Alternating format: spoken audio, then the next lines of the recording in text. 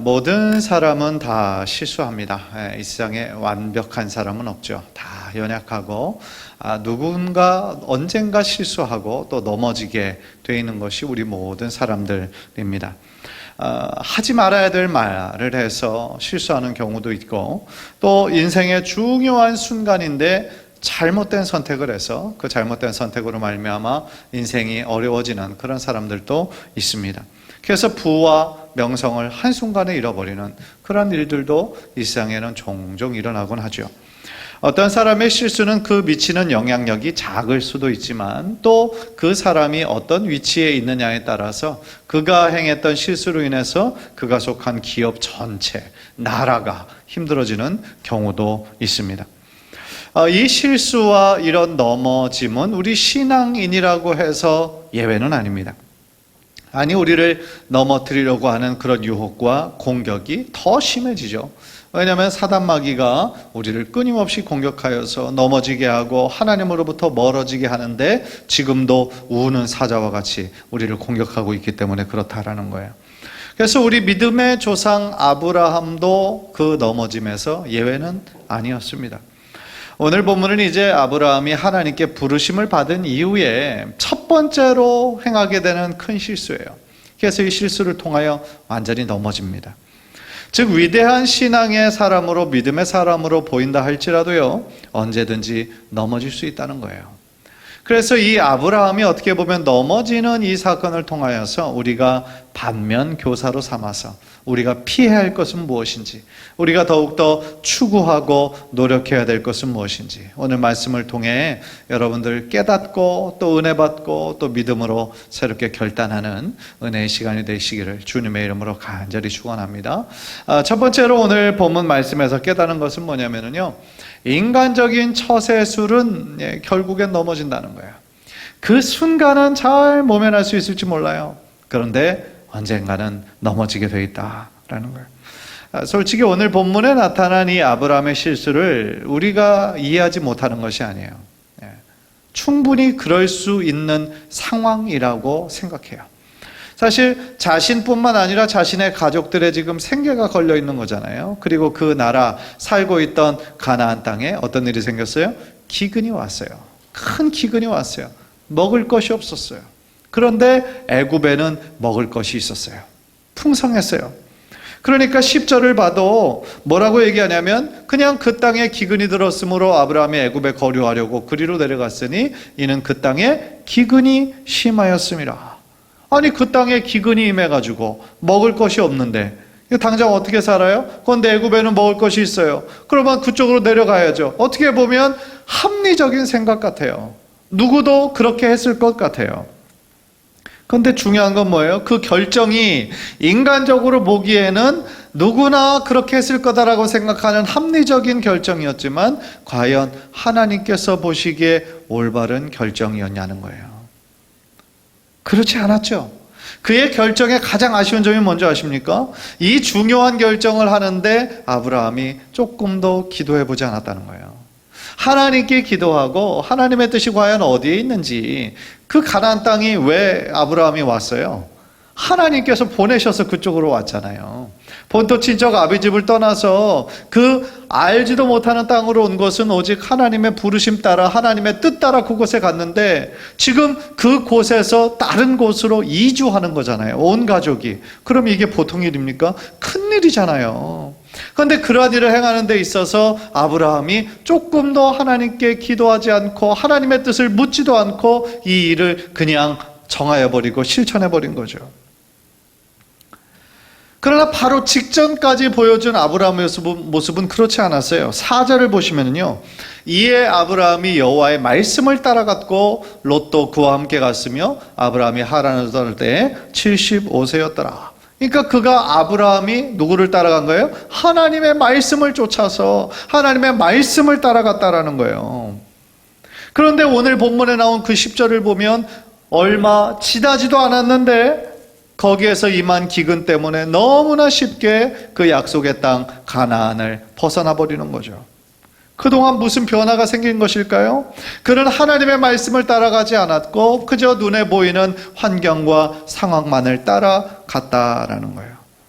또 다른 변화도 있었죠. 4절에서는 자신이 갈 바를 알지 못하고 단순히 믿음으로 떠났는데 이번에는 어때요? 애굽이라는 구체적인 장소를 스스로 정하고 떠난다는 거죠. 왜 그랬을까요? 애굽에는 기근이 없었고 그 가나안 땅에는 큰 기근이 있었기 때문에 가족들이 먹고 살기에 부족함이 없는 곳으로 보였기 때문이다라는 거죠. 여기에서 한 가지 무엇을 깨닫습니까? 우리 크리스찬들은 어떤 사람입니까? 크리스찬들의 정체성은 뭡니까? 결국은 환경을 따라가는 사람들이 아니라 뭘 따라가야 돼요? 하나님의 말씀을 따라가는 사람들이죠. 하나님을 따라가는 사람들이에요. 그래서 결과적으로 이 아브라함은요, 자신의 눈에 보기에 그 문제를 해결할 수 있을 것처럼 보였어요. 그런데 애굽에서 자신이 좋아서 눈에 보기에 좋은 애굽으로 갔을 때 그는 기근을 해결한 것이 아니라 더 큰 재앙을 만나게 돼요. 거기에서 모든 것이 안정적인 삶을 살 줄 알았지만 오히려 평안을 잃어버리고 더 큰 어려움에 처하게 되었다라는 거죠. 사랑하는 성도 여러분, 여러분들은 지금 무엇을 쫓아가고 있습니까? 여러분들을 둘러싼 환경입니까? 아니면 여러분들 한 사람 한 사람을 향해 말씀하시는 하나님의 뜻입니까? 한절에 말하기는 나의 생각보다 나를 향한 하나님의 생각을 더욱더 소중하게 생각해서 하나님의 말씀을 신뢰해서 하나님의 말씀이 우리들에게 가라고 하시는 그곳, 하나님은 원하시는 그러한 삶을 살아드리는 우리 귀한 성도님들 되시기를 주님의 이름으로 간절히 축원합니다. 그런데 아브라함이요, 이제 자신이 그 믿음으로 결정한 것이 아니고 눈에 보기에 좋은 결정을 따라 합리적인 결정을 하고 애굽으로 내려갔을 때 어떤 일을 하게 됩니까? 한 가지 걱정을 하게 되는 거죠. 그게 뭐냐면 자신의 아내 사레가 너무너무 아리따웠다라는 거죠. 그래서 낯선 땅에서 이 무서운 사람들이 자신의 아내를 빼앗기 위해 자신을 죽이고 아내를 강제로 빼앗아 갈 것을 두려워한 거예요. 왜냐하면 충분히 그런 일이 그 당시에는 만연하고 있었기 때문인 것이죠. 그런데 이 구절에서 느끼는 게 한 가지 있어요. 그게 뭐냐면 사람이요, 기도를 통해서 믿음으로 결정하면 그 마음에 뭐가 생겨요? 담대함이 생겨요. 왜냐하면 믿음으로 결정했고 이것이 하나님의 뜻이에요. 그러면 그 기도의 결과로서 주어지는 담대함과 평안함이 우리들의 삶에 있어요. 그런데 인간적인 생각으로, 인간적인 판단으로 했을 때는 어떤 일이 되는 거예요? 염려와 걱정이 생기는 거예요.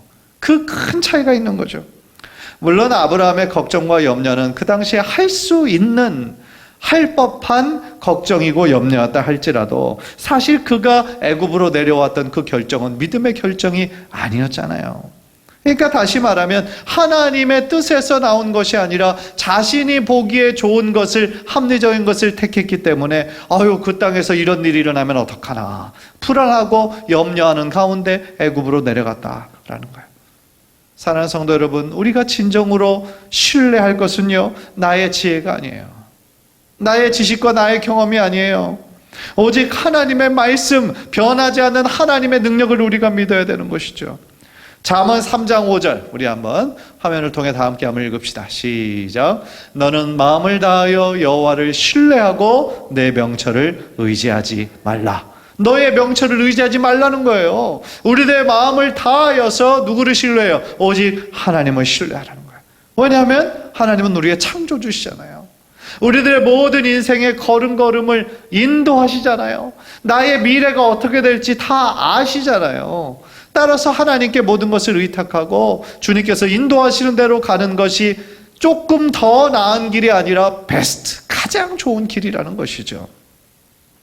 나의 지혜와 명철이라는 것이 결국 나의 경험에서 나온 거잖아요. 누구의 경험이 온전할 수 있습니까? 따라서 우리는 우리의 인도자 되시는, 창조주 되시는 하나님의 뜻 가운데 순종하며 걸어갈 때에 하나님께서 우리들의 걸음걸음을 가장 좋은 길로 이끄실 줄 믿습니다. 그러한 믿음을 가지고 나아가셔야 되는 거예요.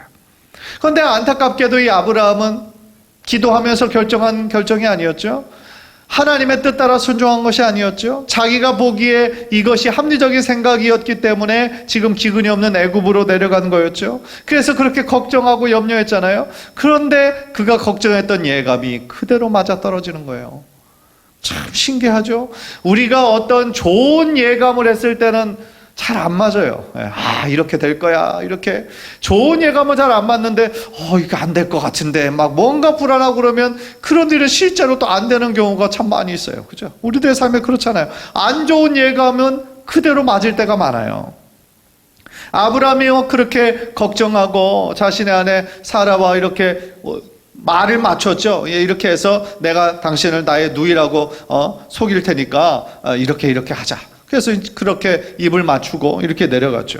그런데 애굽에 들어서자마자 그 아브라함이 걱정했던 대로 막 애굽 사람들이 보기에 이 사라가 너무너무 아름다운 거예요.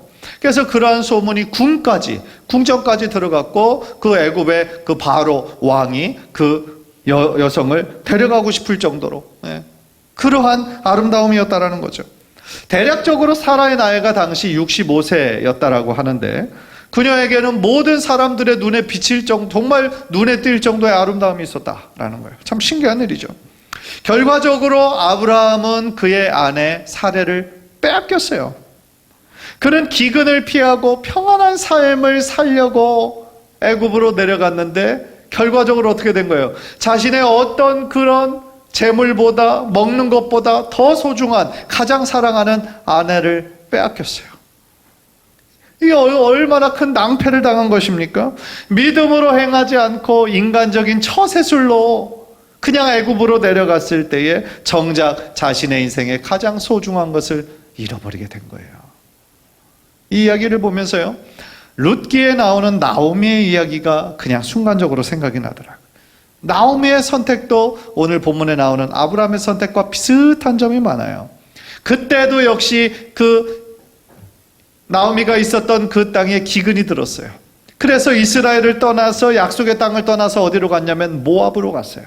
모압은 어떤 곳입니까? 모압과 암몬은 하나님을 대적하는 나라예요. 그런데 그곳으로 간 거죠. 왜요? 기근을 피해서 그곳에 더 나은 환경이라고 생각했기 때문에 기도하지 않고 그곳으로 떠나는 거예요. 그런데 그곳에서 자신의 가족이 정말 잘 먹고 잘 살 줄 알았는데 웬걸요? 그곳에서 남편이 죽습니다. 믿고 의지하던 남편이 죽어요. 현지에서 두 아들을 위하여 그 현지의 그 여인과 함께 결혼을 시켰는데 10년이 지나기도 전에 이 두 아들이 다 죽고 말아요. 10년도 안 돼서 믿고 의지하던 남편이 죽어요. 남편이 죽은 다음에 또 의지하던 두 아들이 죽음을 당하게 되는 거예요. 얼마나 비극적인 일입니까? 한 가정에 미칠 수 있는 최악의 시나리오인 거예요. 그래서 룻기 1장 그 13절을 보면 나오미의 절규가 나와요. 여호와의 손이 나를 치셨으므로 나는 너희로 인하여 더욱 마음이 아프도다. 하나님이 나를 치셨다라는 거예요. 그래서 자기가 고향 베들레헴으로 돌아온 이후에 그 나오미의 모습을 보고 놀라는 그런 사람들에게 1장 21절에 이렇게 또 고백을 하죠. 내가 풍족하게 나갔더니 여호와께서 나로 비어 돌아오게 하셨느니라. 여호와께서 나를 징벌하셨고 전능자가 나를 괴롭게 하셨다. 무슨 이야기입니까? 자신이 떠났으면 안 됐다라는 거예요. 자신의 하나님께서 있으라고 하는 그 약속의 땅에 어떤 힘든 일이 있어도 머물러 있어야 됐는데 자신이 그때 잘못된 선택을 했기 때문에 이것이 결국 이러한 슬픔이 안타까움이 자신의 가정에 임했다라는 거예요. 이런 맥락에서 아브라함을 다시 생각해 보면은요, 자신과 자신의 가족의 목숨을 보존하려다가 어떻게 된 거예요? 자신의 아내를 잃어버린 아브라함도 얼마나 그 마음이 괴롭고 자책이 되었겠어요. 후회했겠어요. 그런데 이미 늦은 후회였던 거죠. 그렇게 중요한 결정을 하나님께 묻지도 않고 그냥 처세술로 그렇게 내려왔다가 이런 일을 당하니 얼마나 하나님께 죄송스럽기도 하고 얼마나 후회스러웠겠습니까? 이런 일들을 보면서 우리가 깨닫는 것은 뭐예요? 인간적인 처세술, 그냥 그 순간만 모면하려고 하는 것은 그때는 괜찮은 것 같죠? 그러나 어느 순간 넘어지게 되어 있는 거예요. 왜요? 하나님의 뜻이 아니었잖아요. 하나님께 기도하면서 하나님께서 주신 그 마음의 결정이 아니었잖아요. 만약에 가나안에 이 아브라함이 계속 머물렀다고 한다면 어떤 일이 일어났을까요? 성경에 나와 있지는 않지만 하나님의 뜻은 그곳에 머물러 있는 것이었기 때문에 어떤 방법으로든지 하나님께서 채우셨을 거예요. 우리가 상상할 수 없는 방법으로 하나님께서 채우시고 공급하셨을 거예요. 하나님께서 그곳으로 있으라고, 약속의 땅으로 있으라고 하나님께서 저 먼 곳에서 본토 지적 아비집을 떠나 믿음으로 갈 바를 알지 못하고 떠난 아브라함의 가족을 왜 책임지시지 않으셨겠어요? 그런데 아브라함은 아직까지 그런 믿음이 없었다라는 것이죠. 그런 기다림과 확신이 없었다라는 거예요. 따라서 오늘 본문에 나온 이 아브라함의 실패의 이야기는 오늘날 우리들에게 많은 것을 가르쳐주고 있는 거죠. 비록 우리들의 인생에서요, 우리가 원하는 대로 잘 되지 않을 때가 있어요. 많아요. 예. 그런 힘든 일, 우리들의 힘으로 할 수 없는 일을 만난다 할지라도 우리가 어떻게 해야 됩니까? 이 아브라함처럼 어떤 자신이 보기에 좋은 길을 합리적인 어떤 인간적인 처세술로 그 순간을 모멸하는 것이 아니라 제일 먼저 해야 될 것은 뭐예요? 하나님께 기도하고 하나님의 뜻이 어디에 있는지, 나로 하여금 어떤 선택을 하기를 원하시는지 그것을 하나님께 묻는, 그래서 나의 지혜가 아니라 하나님의 지혜를 구하는 것이 가장 먼저다라는 것이죠.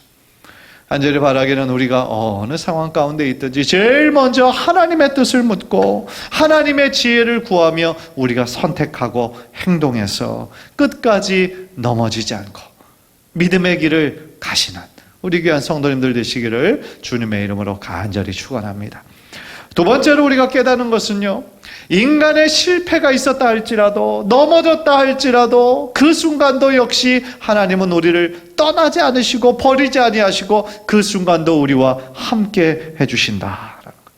사실 이거는 정말 하나님의 은혜라는 말밖에 표현할 길이 없는 것이죠. 17절을 보세요. 여호와께서 아브라함의 아내 사레의 일로 바로와 그 집에 큰 재앙을 내리신지라. 사랑하는 아내를 빼앗긴 거 사실은 아브라함의 실수 때문이었어요. 하나님께 기도하지 않고 자신이 보기에 좋은 길을 선택했던 것 때문이었어요. 어떻게 보면 하나님의 징벌이었어요. 그러나 하나님께서는 그 상태 가운데 그냥 내버려 두지 않으셨어요. 왜냐하면 하나님은 아브라함을 사랑하셨고 아브라함을 하나님의 그 믿음의 조상으로 또한 세우기를 하나님께서는 이미 뜻하시고 계셨기 때문에 이러한 실수와 실패의 경험을 통하여 다시 한번 아브라함에게 큰 진리를 가르쳐 주기를 원하셨던 것이죠. 따라서요, 바로는 아무것도 모르는 바로의 집에 큰 재앙이 내리셨어요. 아마 큰 질병이 아니었나라는 생각이 들어요. 그래서 바로 왕 자신에게뿐 아니라 바로의 그 집에 속한 모든 사람들이 막 엄청나게 아프고 재앙을 당한 거예요. 그러니까 바로가 깜짝 놀라죠. 왜냐하면 이것이 어떤 절대자로부터 온 것을 어떻게 알 수 있었냐면 그전에는 그런 일이 없었는데 자신의 집에 이 아브라함의 누이라고 해서 데려온 여인이 들어오면서 이러한 엄청난 어려움을 당하니까 이 일 때문이구나 라는 것을 직감할 수 있었다라는 거예요. 그래서요, 자신이 행한 일이 이게 뭔가 잘못된 일이었구나 라는 것을 깨달았다라는 거예요. 양심에 걸리는 일이었다라는 거죠. 하나님께서는요, 모든 사람에게 하나님을 믿는 사람이든 믿지 않는 사람이든 동일하게 양심을 주셨어요. 양심. 그래서 양심은요, 어떤 정말 법이라는 기준이 없다고 할지라도 이 양심의 소리가 모든 사람들에게 있어서 이것이 옳지 않다라는 것을 깨닫게 해주는 거죠. 양심이라는 것이 일하고 있는 거예요. 신호를 주는 거예요. 그런데 많은 사람들은 그 양심이 있기 때문에 그 양심의 가책이 오면 이것이 옳지 않구나 해서 그 일을 행하지 않고 다시 돌이키게 되는데, 이 세상의 사람들은 양심의 소리를 듣고도 여전히 죄악된 길로 행하는 사람들이 얼마나 많은지 몰라요. 그런데 그렇게 됐을 때 어떻게 됩니까? 더 끔찍한 결과를 초래하게 되는 것이죠. 그런데 적어도 오늘 본문의 바로는 이 질병을 만나서 이게 하나님의 어떤 사인이구나 라는 것을 깨닫게 돼요. 그래서 사라를 자신이 취한 것이 잘못된 일이었음을 깨닫게 됩니다. 즉, 이 모든 일은 우연히 이루어진 것이 아니라요, 하나님의 철저한 계획하에서 이것이 일어났던 일이라는 거예요. 아마도 이 일을 통하여 아브라함은 많은 것들을 생각하게 되었을 거예요. 그 당시 애굽의 정말 최고의 권력자였던 바로도 이게 정말 어찌된 일인가 깜짝 놀랐겠지만 아브라함은 아마 더 크게 놀랐을 거예요.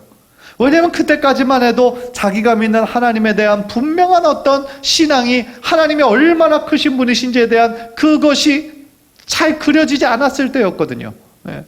그런데 이 하나님이 얼마나 위대하신 분이신지, 얼마나 영광스러운 왕이신지, 이 애굽의 대제국의 바로왕마저도 꼼짝 못하게 만드시나 그런 생각이 드니까 자기가 믿는 하나님이 얼마나 대단하고 위대한 하나님인지 깨닫게 되었다라는 것이죠.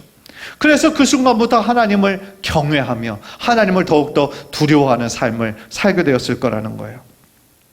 그리고 오늘 본문을 보면은요, 하나님께서 아브라함을 직접적으로 책망은 하지 않으시지만 바로 왕을 통하여서 아브라함이 했던 것을 책망하세요. 직접적인 책망이 아니라 바로 왕을 통하여 책망을 하게 되는 경우가 나오는데요, 그것이 18절 19절이에요 바로가 아브라함을 불러서 이르되 네가 어찌하여 나에게 이렇게 행하였느냐?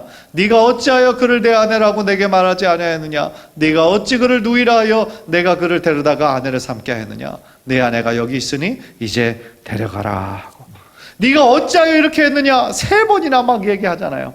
얼마나 자기는 깜짝 놀라고 억울하기도 하고, 그런 일 때문에 지금 하나님을 전혀 믿지도 않는 사람이 하나님의 사람 이 아브라함을 막 책망하고 있는 것이죠.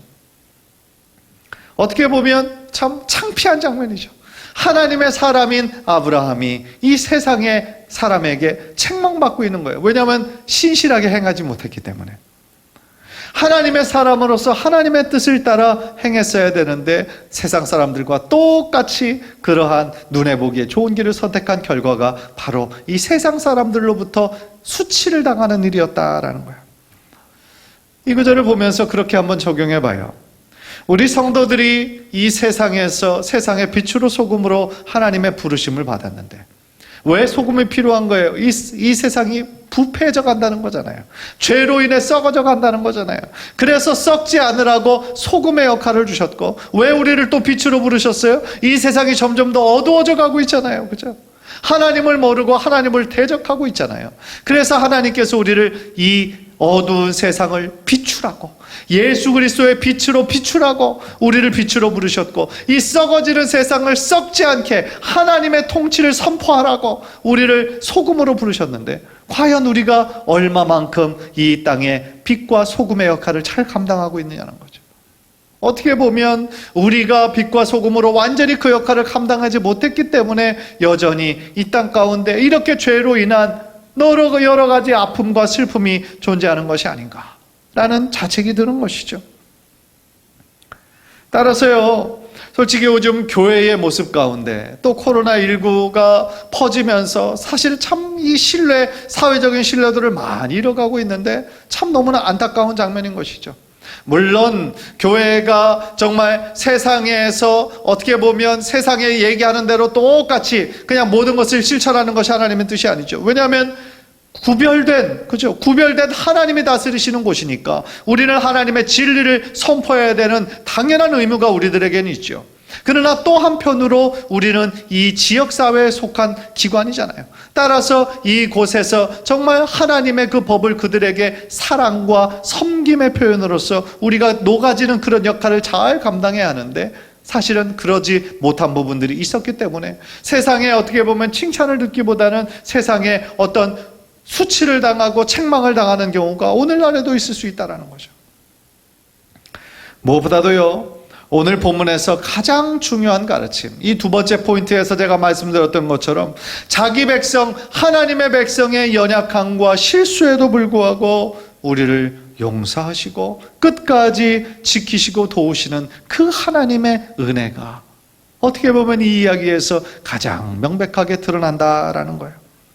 이 모든 일이 사실은 왜 생겼습니까? 아브라함이 하나님의 말씀에 순종하지 않았기 때문에, 불순종 때문에 생긴 일이었죠.